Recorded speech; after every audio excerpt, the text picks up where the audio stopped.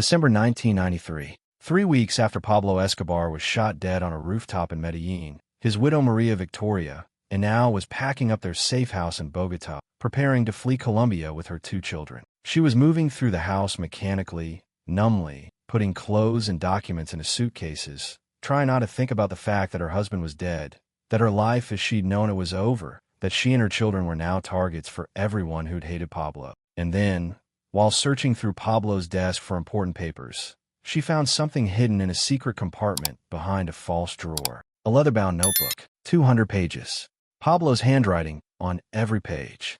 A diary he'd kept for the last 3 years of his life. A diary Maria had never known existed. And when she opened it to page 47, when she read what Pablo had written there, everything she thought she knew about her husband, about their marriage, about the life they'd built together, shattered. What was written on page 47 would haunt Maria for the rest of her life and would be the reason she could never, ever return to Colombia. Maria Victoria, and now, met Pablo Escobar in 1974 when she was 12 years old, and he was 24. She was a schoolgirl from a respectable middle-class family in Envigado, the daughter of a schoolteacher father and a homemaker mother. Her father, Carlos Anao, was strict but loving, the kind of man who believed in education and hard work and doing things the right way. Her mother was quiet, traditional, devoted to her family and her church.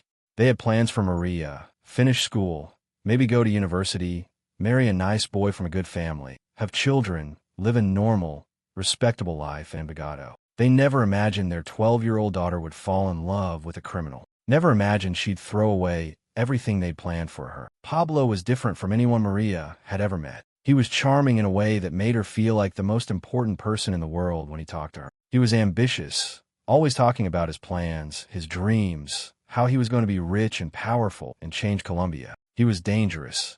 Everyone knew he was involved in smuggling, in theft, in things that respectable people didn't talk about. But to Maria, at 12 years old, that danger was exciting. Made him seem more alive than the boring boys her age who talked about school and soccer and nothing else. Pablo made her feel grown up, made her feel special, made her feel like she was part of something bigger than the small, predictable life her parents had planned for her. They fell in love despite the age difference, despite her family's objections, despite everyone telling Maria that Pablo was dangerous, that he would ruin her life, that she was too young to understand what she was getting into. Her father forbade her from seeing Pablo, told her that Pablo was a criminal, that he would end up dead or in prison, that she deserved better. But Maria didn't listen. She was 15 and in love and convinced that her father didn't understand, that Pablo wasn't what everyone said he was, that their love was special and real and worth fighting for. They married in 1976 when Maria was 15 years old, against her parents' wishes, in a secret ceremony that her family refused to attend. Her father didn't speak to her for months afterward. Her mother cried and begged her to reconsider, to annul the marriage, to come home. But Maria had made her choice. She'd chosen Pablo. And for the next 17 years, she stood by that choice through everything. Through his rise from petty thief to smuggler to cocaine kingpin. Through the violence and the bombings and the wars with rival cartels and the government. Through the constant moving from safe house to safe house. Never staying in one place for more than a few weeks. Always looking over her shoulder. Always afraid that today would be the day Pablo was killed or captured. Through the fear and the paranoia and the knowledge that any day could be the day she became a widow, that her children could become orphans. She stood by him because she loved him, because he was the father of her children, Juan Pablo, born in 1977, and Manuela, born in 1984. Because she'd chosen him when she was 15 years old, and she'd never wavered from that choice, even when it cost her everything. But she also stood by him because Pablo had always been honest with her, or so she thought. He'd never hidden what he did, never pretended to be something he wasn't, never lied about the source of his money or the violence required to make it. He told her he was a criminal, told her he killed people, told her he was building an empire on cocaine and violence and corruption. And Maria had accepted that, had made peace with being married to a monster because at least he was honest about being a monster. At least he never lied to her about who he was. That honesty, that transparency, was the foundation of their marriage. It was the one thing that made the horror bearable. Pablo lied to everyone, to the government, to his enemies, to his allies, to the Colombian people, to the press. He was a master manipulator who could convince anyone of anything. But he never lied to Maria. That's what she believed. That's what she told herself during the long nights when Pablo was gone and she didn't know if he was alive or dead. That's what kept her loyal through 17 years of horror and violence and fear. Until she found the diary. Until she read page 47. Until she learned that the one thing she believed about her marriage, that was built on honesty, was the biggest lie of all.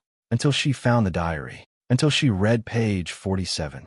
The diary itself was remarkable. 200 pages of Pablo's thoughts, written in his distinctive handwriting, dated from January 1990 to November 1993, just days before he died. Maria sat on the floor of the safe house and read through it page by page.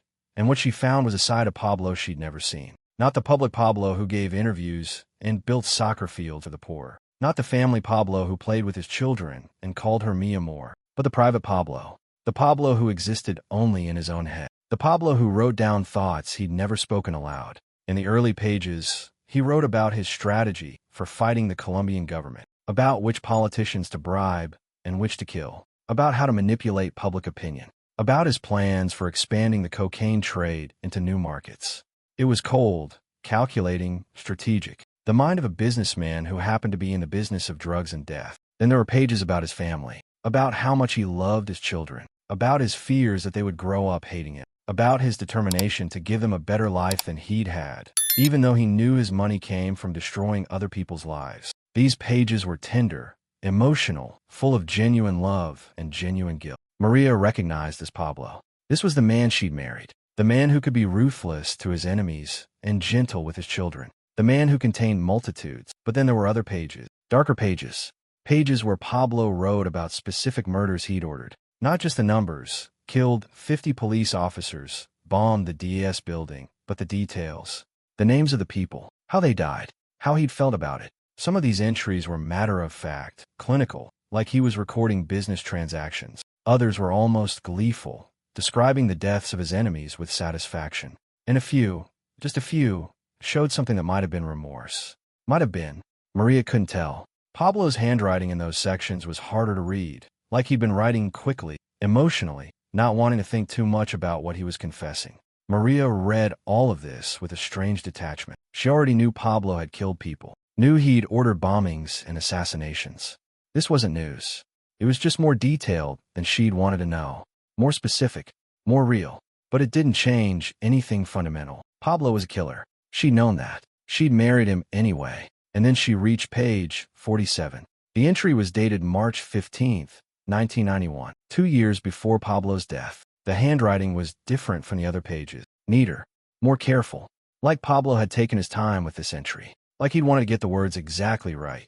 And at the top of the page, instead of a date, Pablo had written, "For Maria, if you ever find this." Maria's hand started shaking. This was a letter Pablo had written to her, but never given her. A letter he'd hidden in a diary, he'd hidden in a desk. A letter he'd wanted her to find only if something happened to him. She almost didn't want to read it, almost closed the diary and put it away. But she couldn't. She had to know what Pablo had written, had to know what was so important that he'd hidden it like this. She read, "Maria, if you're reading this, I'm dead. And I need to tell you something I could never tell you while I was alive. Something I've kept from you for our entire marriage. Something that will make you hate me. But you deserve to know the truth. You deserve to know who you really married. I killed your father. Not directly. I didn't pull the trigger. But I ordered it. In 1976, 3 months after we got married, your father came to me. He told me he was going to the police. He was going to tell them everything he knew about my business. He said he couldn't live with the shame of having his daughter married to a criminal. He said he'd rather see me in prison than see you destroy your life for me. He gave me a choice. Turn myself in, or he'd turn me in. I couldn't let that happen. I was building something. I had plans. I had ambitions. And your father was going to destroy all of it, because he loved you too much to let you be with me. So I had him killed. Made it look like a robbery. Made sure you'd never suspect. Made sure you'd grieve for him as a victim of random violence, instead of as a victim of your husband. And then I comforted you. Held you while you cried. Told you everything would be okay. Told you I'd take care of you. Told you I'd protect you from the violence of the world. And you believed me. You trusted me. You loved me even more because I was there for you when your father died. I've lived with this lie for 15 years. Every time you talk about your father, every time you visit his grave, every time you tell our children about the grandfather they never met, I think about what I did. And I feel nothing. No guilt. No remorse.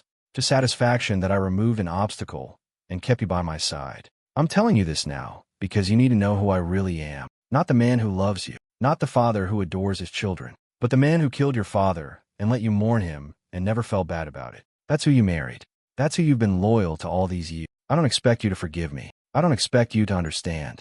I just want you to know the truth. Because if I'm dead, if you're reading this, then you're free. Free to leave Colombia. Free to start over. Free to hate me the way I probably deserve to be hated. I loved you, Maria. I still love you, but I love my ambition more. I love my empire more. And I would kill your father again if I had to. That's the truth. That's who I am. Pablo. Maria read the letter 3 times. Then she closed the diary, sat on the floor, stood up, walked to the bathroom, and vomited. Her father. Pablo had killed her father. The man who'd raised her. The man who'd tried to protect her. The man whose death had devastated her when she was 16 years old. Pablo had ordered his murder, had comforted her while she grieved, had built their marriage on that lie. For 17 years. Everything she thought she knew was wrong. Pablo hadn't been honest with her. He'd lied about the most important thing. Had let her believe her father died in a random robbery when Pablo himself had orchestrated it. Had watched her cry and never told her the truth. Had let her visit her father's grave and talk about how much she missed him and never felt guilty enough to confess. Maria sat on the bathroom floor for hours. Her children were in the next room, packing their own belongings, unaware that their mother's world had just collapsed. She could hear them talking quietly to each other. Juan Pablo trying to comfort Manuela, both of them scared about leaving Colombia, about what would happen to them now that their father was dead. They didn't know that their father had killed their grandfather, didn't know that the man they'd loved and mourned had murdered the grandfather they'd never met. And Maria had to decide, would she tell them? Would she tell anyone? She thought about confronting Pablo, but Pablo was dead, 3 weeks dead, buried in a cemetery in Medellin. There was no confrontation to be had, no answers to demand, no apology to extract. Pablo had written the letter knowing he'd never have to face her reaction, had confessed his crime in a diary he'd hidden, knowing that by the time she found it, he'd be beyond her reach. It was cowardly. It was cruel. It was so perfectly Pablo, confessing his sins, but only when it was safe to do so, only when there would be no consequences. She thought about going to the police, about telling them what Pablo had confessed, about finally giving her father justice after 17 years. But what would that accomplish? Her father was still dead. Pablo was still dead. The truth wouldn't bring either of them back. And going to the police would mean admitting that she'd been married to her father's murderer for 17 years. Would mean admitting that she'd loved the man who'd killed her father. Would mean becoming part of the story, part of the legend of Pablo Escobar. She'd be known forever as the woman who married her father's killer. Her children would be known as the grandchildren of a man their father had murdered. The truth would destroy what was left of their family. She thought about the letter, about Pablo's words. I loved you, Maria, but I loved my ambition more. That was the truth she'd been avoiding for 17 years. Pablo had loved her. She believed that. The way he looked at her, the way he held her, the way he talked about their future together, that was real. But he'd loved power more, loved money more, loved his empire more. She'd always known that intellectually, had always known that if it came down to a choice between her and his business, between her and his ambition, he'd choose the business. But she'd told herself that his love for her was real, was pure, was separate from all the violence and evil. The letter proved that was a lie. His love for her was real, but it was conditional. It was secondary. It was something he'd sacrifice if his ambition required it. And he'd proven that by killing her father. Had proven that there was nothing he wouldn't do, no one he wouldn't hurt, no line he wouldn't cross, if it served his purposes. And he'd proven something else too. He'd proven that he could lie to her, could look her in the eye every day for 17 years and never tell her the truth. Could watch her cry over her father's grave and feel nothing. Could let her tell their children stories about the grandfather they'd never met, the kind man, the teacher, the father who'd loved her, and never feel guilty enough to confess. That was the worst part. Not that he'd killed her father. Maria had made peace with the fact that Pablo was, but that he'd lied to her about it. That he'd broken the one promise she thought he'd kept. That he'd destroyed the foundation of their marriage and never told her until it was too late to do anything about it. And he'd proven that by killing her father. Maria made a decision that night. She would leave Colombia, would take her children and flee to Argentina, where they'd live under assumed names, where they'd try to build new lives far from Pablo's legacy. But she would never tell anyone about the diary, never tell anyone what Pablo had confessed. Because if she did, if the world knew that Pablo had killed her father, then her father's death would become just another story about Pablo Escobar's cruelty, just another anecdote in the legend of the drug lord. And her father deserved better than that, deserved to be remembered as a man who tried to protect his daughter, not as a victim in Pablo's story. So Maria, kept the secret, burned the diary before she left Colombia, destroyed the evidence of Pablo's confession. And for 26 years, she never spoke about page 47, never told her children, never told journalists who interviewed her, never told anyone, until 2019. In 2019, Maria Victoria now living under the name Maria Isabel Santos Caballero in Buenos Aires, gave an interview to a Colombian journalist for a documentary about women who'd been married to cartel leaders. And in that interview, for the first time, she talked about the diary, about page 47, about what Pablo had confessed. People asked me why I stayed with Pablo for so long. Maria said in the interview, they asked me how I could love a man who killed thousands of people. And I tell them, I didn't know. I knew he was a criminal. I knew he was violent. But I thought he was honest with me. I thought our marriage was built on truth, even if that truth was ugly. And then I found his diary, and I learned that he'd lied to me about the most important thing. He'd killed my father and let me grieve and never told me. That's when I understood Pablo didn't love me the way I loved him. He loved me the way he loved everything else in his life, conditionally, strategically, only as long as I was useful to him. The interviewer asked, do you hate him now? For what he did to your father? Maria was quiet for a long time. I don't know. I've spent 26 years trying to figure out how I feel. Some days I hate him. Some days I still love him. Most days I just feel sad. Sad that I wasted my life on a man who would kill my father and not feel guilty about it. Sad that my children's father was a monster. Sad that I can never go back to Colombia because everywhere I go, I see reminders of what Pablo did. To my father, to my country, to me. Do you regret marrying him? Every single day. But I also know that if I hadn't married him, I wouldn't have my children. And they're the only good thing that came from that marriage. So I can't regret it completely. I can only regret that I didn't see who he really was until it was too late. The documentary aired in Colombia in 2020. Maria's confession about the diary, about page 47, about her father's murder, shocked the country. People who'd followed Pablo's story for decades had never known this detail, had never known that Pablo had killed his own father-in-law. It added a new layer to the legend of Pablo Escobar, not just a man who killed his enemies, but a man who killed his family's enemies and then comforted his family while they grieved. Maria died in 2022 at the age of 61. Her obituary in the Argentine newspapers mentioned that she'd been married to Pablo Escobar, but had spent the last 3 decades of her life trying to escape that legacy. It didn't mention the diary, didn't mention page 47, didn't mention her father. Those details were in the Colombian papers, in the articles about Pablo's widow, finally revealing his darkest secret. Her children, Juan Pablo, who changed his name to Sebastian Marroquin, and Manuela, who lived in hiding, released a statement after her death. Our mother spent her entire life carrying the weight of our father's crimes. She loved him and hated him and never fully recovered from learning the truth about who he really was. We hope she's finally at peace. The diary itself no longer exists. Maria burned it in 1993 before leaving Colombia. But the words from page 47, the confession Pablo wrote to his wife, those words survived because Maria remembered them, remembered every word, carried them with her for 26 years before finally sharing them with the world. And those words, I killed your father, I loved you, but I loved my ambition more, became the final, definitive statement about who Pablo Escobar really was. Not a Robin Hood, not a folk hero, not a man who loved his family above all else, but a man who would sacrifice anyone, even his wife's father, even his wife's happiness, for his empire. A man whose love was always conditional, always strategic, always secondary to his ambition. That was the truth Maria found on page 47. That was the truth that made her leave Colombia forever. That was the truth that defined the rest of her life.